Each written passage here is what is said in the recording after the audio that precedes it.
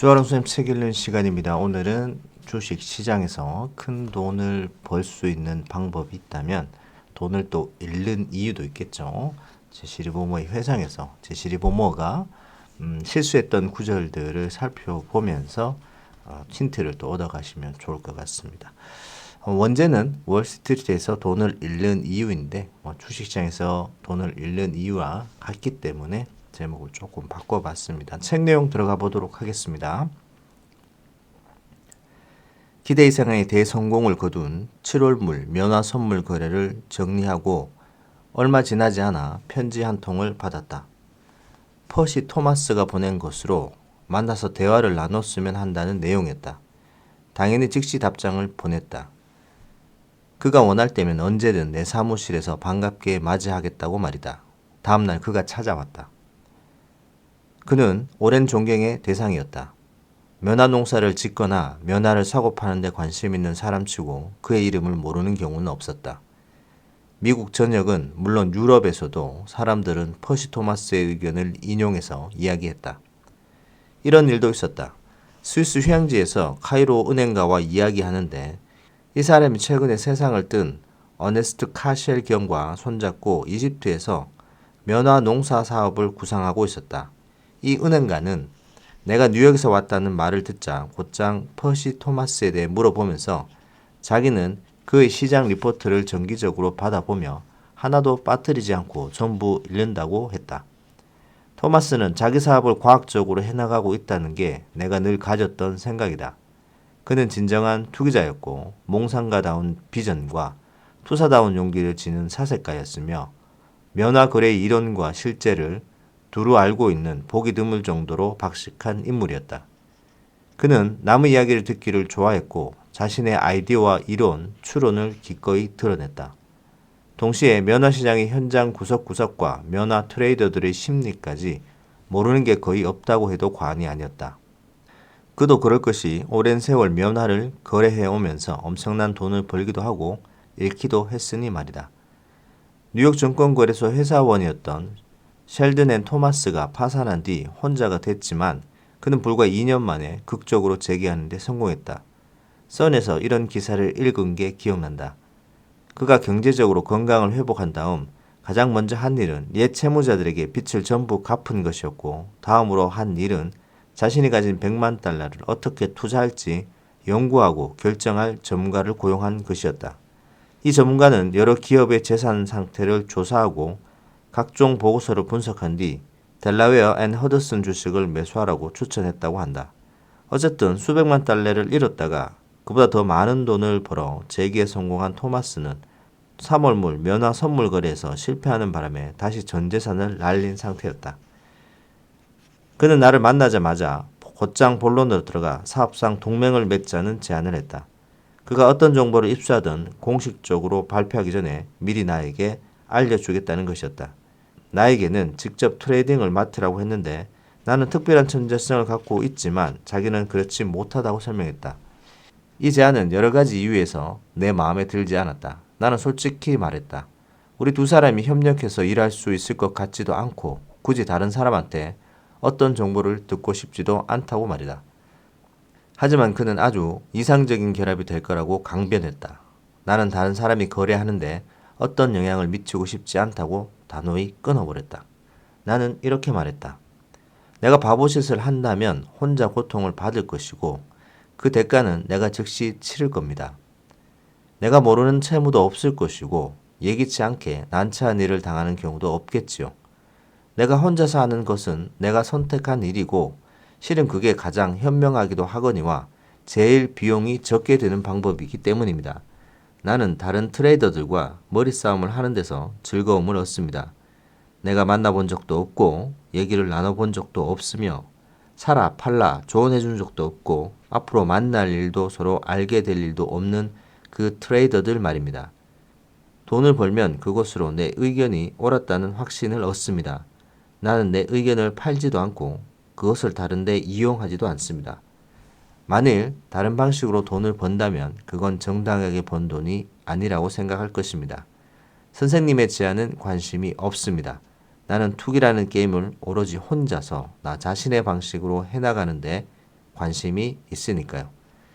그는 내가 그런 식으로 느낀다니 유감이라며 내가 자기 제안을 거절한 게 잘못이라는 점을 설득하려고 애썼다. 하지만 나는 내 입장을 고수했다. 나머지 다른 이야기는 즐겁게 대화를 나눴다. 나는 그가 제기할 것이라고 생각하며 그에게 경제적인 도움을 줄 수 있도록 허락해준다면 영광으로 여기겠다고 말했다. 하지만 그는 내가 빌려주는 돈을 한 푼도 받을 수 없다고 말했다.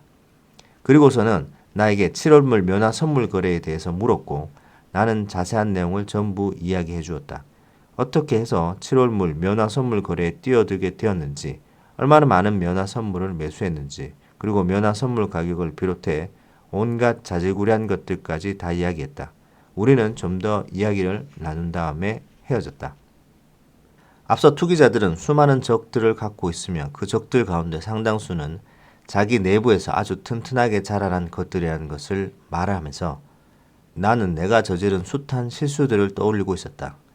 나는 누구든 자기만의 고유한 시각과 평생토록 독립된 사고방식을 가질 수 있다고 배웠지만 그럼에도 불구하고 설득력 있는 인물이 공격하면 쉽게 무너질 수 있다는 사실 역시 알게 됐다. 나는 탐욕과 두려움, 희망 같은 투기자들이 자주 걸리는 질병에는 꽤 면역이 된 상태다. 퍼시 토마스가 함께 일하자는 제안에 내가 정중하지만 단호하게 거부 의사를 밝힌 뒤 그가 내 사무실을 떠났을 때 나는 우리 두 사람의 사업 행로가 절대 서로 엇갈리지 않을 것이라고 맹세라도 할 것 같았다. 그를 다시 만날 수 있을지는 확신할 수 없었다. 하지만 바로 다음 날 그는 내게 편지를 보내 자기를 도와주겠다는 내 제안에 감사를 표현하면서 자기 사무실에서 한 번 더 만나자고 초대했다. 나는 그러겠다고 답했다. 나는 그와 자주 만났다. 그 이야기를 듣는 것은 늘 즐거웠다. 그는 아는 게 정말 많았고 흥미진진하게 지식 보따리를 풀어놓았다. 그는 사람의 마음을 잡아끄는 인물로는 내가 만나본 중에 최고였다. 우리는 다양한 주제를 놓고 대화를 나눴는데 그는 여러 분야에 걸쳐 깊이 있는 지식을 갖춘 해박한 독서가인데다가 흥미롭게 일반화할 줄 아는 탁월한 재능까지 갖고 있었다. 그의 언변은 인상적이었다. 정말로 그럴듯하게 이야기한다는 점에서는 타의 추종을 불허했다. 많은 사람들이 이런저런 이유로 퍼시 토마스를 공격하고 그의 말이 위선적이라는 비난도 있다. 하지만 먼저 자기 스스로 철저히 확신했기 때문에 다른 사람에게도 믿음을 심어줄 만큼 대단한 힘을 가질 수 있었고 이야기를 진짜 그럴듯하게 이끌어가는 그의 탁월한 재주는 이런 데서 나오는 게 아닌가 하는 생각이 종종 들었다. 물론 우리는 시장과 관련된 문제를 아주 오랫동안 이야기했다. 나는 면화 시장을 강세 시각으로 바라보지 않았지만 그는 강세 시각을 갖고 있었다. 나는 강세 요인을 전혀 볼 수 없었지만 그는 강세 요인을 찾아냈다. 그는 가히 압도당할 수밖에 없는 엄청난 사실과 수치들을 제시했지만 나는 압도당하지 않았다. 나는 그가 제시한 사실과 수치들이 진실하다는 점을 부정할 수 없었고 따라서 그것들이 틀리다고 반박할 수는 없었다. 그렇다고 해도 나 스스로 읽어낸 것에 대한 믿음이 흔들리지는 않았다. 그러나 그는 끝까지 사실과 수치를 제시했고 나는 결국 면화업계 전문지와 일간신문에서 수집한 나 자신의 정보를 더 이상 확신하지 못할 지경에 이르렀다. 이건 곧 나 자신의 눈으로 시장을 바라보지 못하게 됐음을 의미했다. 누구도 자신의 신념에 반하는 믿음을 강요할 수는 없지만 집요한 설득으로 인해 불확실하다고 느끼고 우유부단해질 수는 있다. 이보다 더 나쁜 것은 이로 인해 더 이상 확신과 여유를 갖고 매매할 수 없게 된다는 점이다. 엄밀히 말해 내가 완전히 혼란에 빠졌다고는 할 수 없겠지만 균형 감각을 상실한 상태였다. 아니 독자적인 사고를 포기했다고 말하는 게 더 정확할 것이다. 내가 어떻게 해서 그토록 값비싼 대가를 치르게 될 마음 상태에 이르렀는지 하나하나씩 자세히 설명하지는 못하겠다. 그가 제시한 수치들은 혼자만 갖고 있는 것이었고 그는 이 수치의 정확성을 확신했지만 내가 가진 정보는 혼자만의 것이 아닌 누구나 다 알 수 있는 것이었고 그러다 보니 이 정보에 전적으로 의지할 수 없었던 것 같다. 그는 자기 휘하에 있는 1만 명의 남부지역 통신원들이 얼마나 신뢰할 만한 존재인지 몇 번이나 반복해 장황하게 이야기했다. 마침내는 그가 그의 눈으로 시장 상황을 보는 것처럼 나도 그렇게 시장 상황을 보게 됐다. 왜냐하면 둘 다 똑같은 책의 똑같은 페이지를 읽었기 때문인데 이 책은 물론 그가 내 앞에서 펼쳐 들고 있는 것이었다. 그는 논리적인 인물이었다. 일단 내가 그의 사실들을 받아들인 이상 그의 사실들을 토대로 얻어낸 내 결론은 당연히 그의 결론과 일치했다. 나는 면화 선물을 매수하기 시작했고 순식간에 내가 통상 보유한 물량인 6만 베일가량을 확보했다. 내 평생 가장 바보 같은 거래였다. 잘 되든 말든 나 자신의 관찰과 추론에 따라 매매한 게 아니라 순전히 다른 사람의 게임이나 하고 있었던 것이다. 이런 바보 같은 거래가 이대로 끝나지 않을 것은 너무나도 분명했다.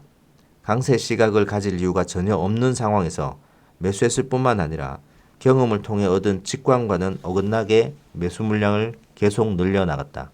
나는 옳게 거래하지 않았다. 남의 말을 듣다가 길을 잃어버린 셈이었다. 시장은 내가 바라던 방향으로 움직이지 않았다. 나는 내 포지션에 대해 확신하고 있을 때는 절대 두려워하거나 조급해하지 않는다.